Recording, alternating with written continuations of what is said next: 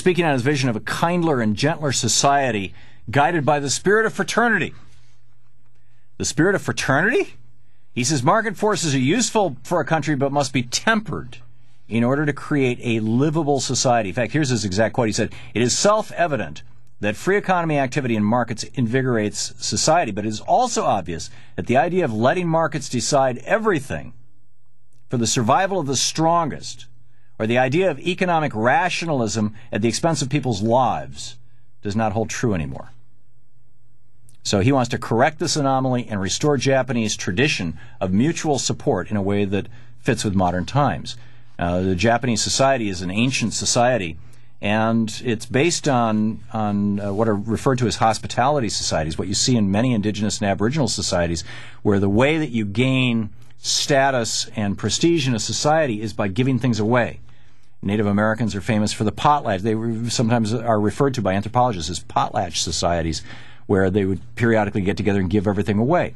In the Bible, the ancient Israelites, every 7 years, the land would be given a break every 7 times 7 years, every 49 years. The 50th year would be a jubilee, and they would give away, basically all wealth would be redistributed, would be rebalanced, would be re-equalized.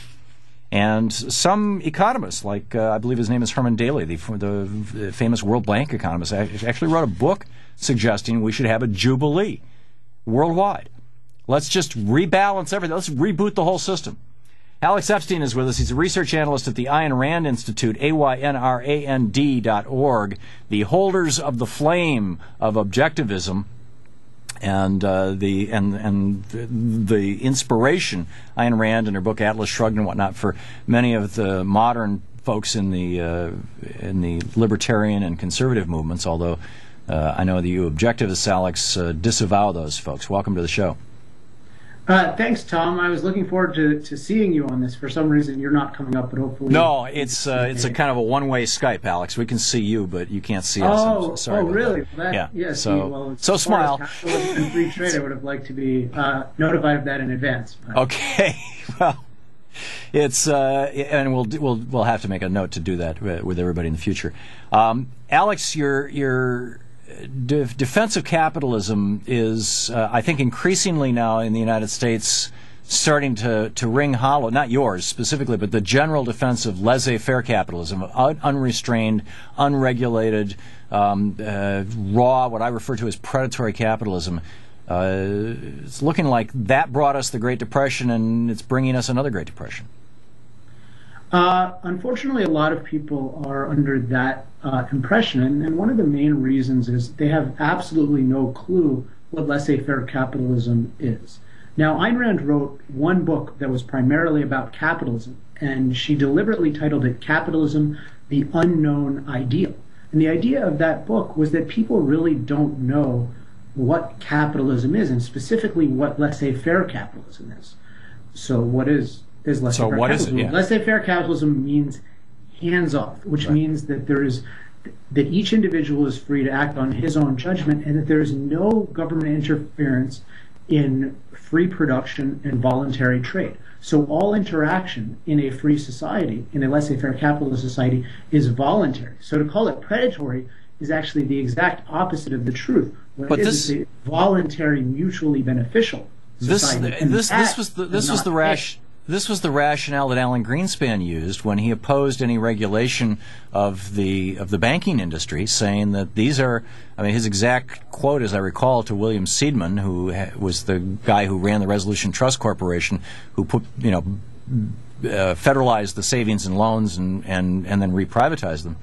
He was a good friend of Alan Greenspan's, and he said, and we've got the clip of it here someplace. Greenspan said to him, These are contracts between private parties who are well informed and are competent people, and they will look out for their own interests and make sure that this system works. That's a bad paraphrase, actually. It's not an exact quote, but it was words to that effect, which is essentially what you're saying. And what it brought us was an explosion of collateralized debt obligations that went over $900 trillion. Yeah, that's really that's not really a correct summary at all of what happened during the crisis. So it's important to understand. First of all, with that, what we have is not capitalism. It's not laissez-faire capitalism, and it's not pure socialism. Now, I'm not sure if you would advocate pure socialism, but in any case, it's not pure socialism. It's a mixture. It's a mixed economy, which means that it's some combination of freedom and voluntary trade and some combination of controls, which is coercion. Now, Alan Greenspan is not an advocate of the free market. What he's an advocate of is the mixed economy.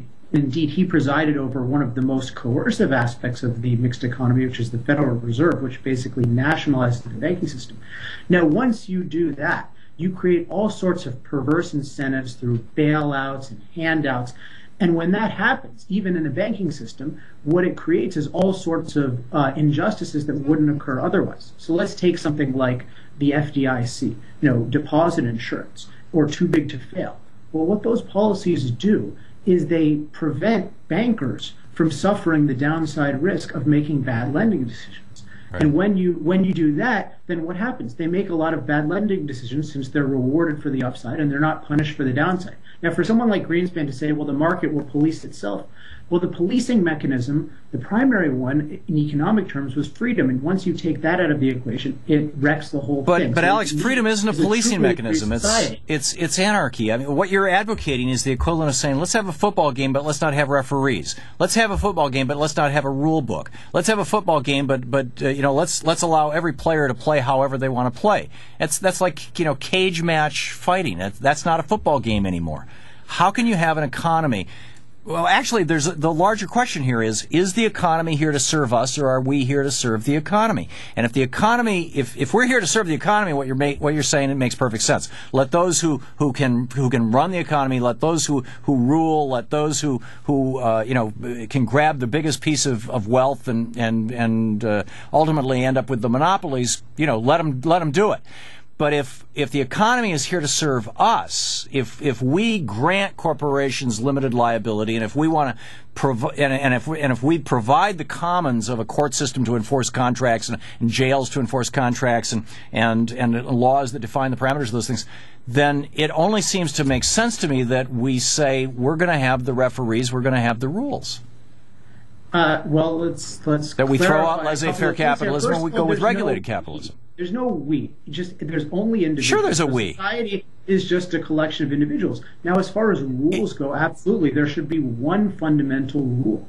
And positively, you can put it, all interaction should be voluntary, which means the rule is we need a government and a court system and a police force for whenever someone initiates force against someone else. But there are all kinds of... So, for example, you, Thom, would enjoy a healthcare system in which I were put under the states, and the state were able to force me, to decide how the medical care system that I'm under should be structured, whereas I say that should be between me and doctors. But Alex, there are all kinds of individuals. There's no oppression. There are all kinds of force out there. I mean, there's people. Interferes with individual choice. People are hungry. People are sick. Somebody has cancer. They don't have a choice. Go help them and leave them free. Those are the two things. And in reverse order, leave them free is the first one. I saw a guy walking down my street today, and he's struggling, and I felt sorry for the guy because he lives under a government-controlled mixed economy that creates all sorts of capital imbalances that makes it difficult for someone who's really hardworking to get a job.